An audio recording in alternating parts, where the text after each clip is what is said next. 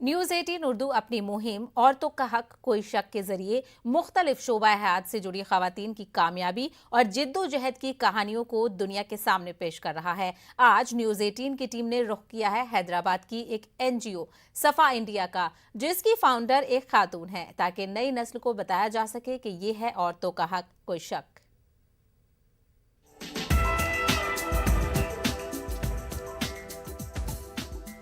मौजूदा दौर में खवातीन न सिर्फ रोजगार हासिल कर खुद कफील बन रही हैं, बल्कि दूसरी खवातीन के लिए रोजगार के वसाइल भी पैदा कर रही हैं। इसकी मिसाल है रुबीना नफीस फातिमा। रुबीना नफीस फातिमा हैदराबाद की NGO सफा इंडिया की फाउंडर और डायरेक्टर हैं। सफा इंडिया गुज़िश्ता 11 सालों से खवातीन की फलाह बहबूद के लिए काम कर रही है, लेकिन ये सफर आसान नहीं था। मर्दों के गलबे वाले समाज में औरतों की काबिलियत और खुद मुख्तारी को मुश्किल से तस्लीम किया जाता है। इस पर क्या कहती हैं रुबीना नफीस फातिमा, जरा सुनिए।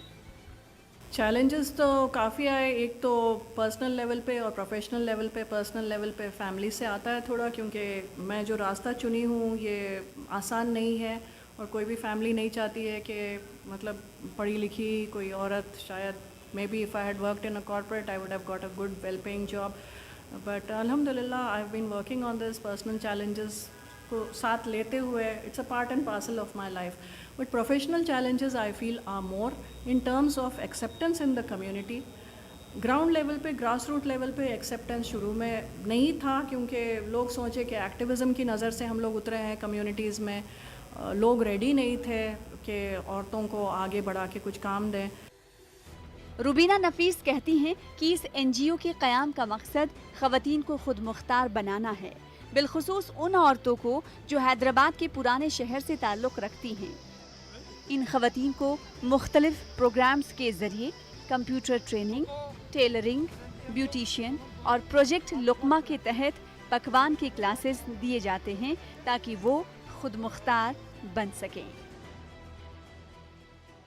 उस पे हम लोग काम करना चाह रहे हैं कि साथ मिलके एक दूसरे के रिसोर्सेज यूज़ करते हुए ज़्यादा से ज़्यादा हमारी कम्युनिटी को हम फ़ायदा कैसे पहुंचाएं। क्योंकि अगर एक सफ़ा को देखें, हमारा फोटे है, हमारा USP रहा है कि औरतों के साथ काम करना, कम्युनिटी आउटरीच। कोई और NGO अगर आप देखेंगे तो उनका शायद टेक्नोलॉजी यूज़ करते हुए काम करने का है। तो अगर ये सारों को हम जोड़ के काम करें तो काम हमारा एक तो बेहतर हो सकता है और at the same time come resources use करते हुए हो सकता है। तो एंगेजमेंट्स पे हम लोग काम करना चाह रहे हैं। दूसरी चीज़, हम लोग एंटाइटलमेंट्स पे काम करना चाह रहे हैं, विच इज़ गवर्नमेंट स्कीम्स। तो रिसेंट सर्वेज में हम लोग देखे हैं कि 85% of our people are not accessing any government schemes. ना तो उनको अवेयरनेस है उसके बारे में।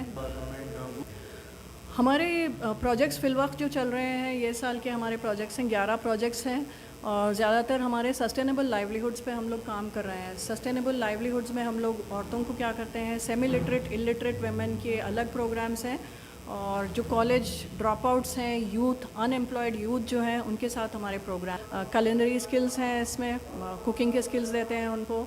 नंबर 2 क्लाउड किचन से उनको जोड़ते हैं। फिर सिलाई के स्किल्स हैं हमारे पास। तो हमारा जो काम है सिर्फ स्किल्स देना नहीं है, हम लोग एक और क़दम उनके साथ चलते हैं जिसमें कि हम लोग उनको नौकरियों से या कोई भी किस्म की इनकम जनरेशन से हम लोग कनेक्ट करते हैं।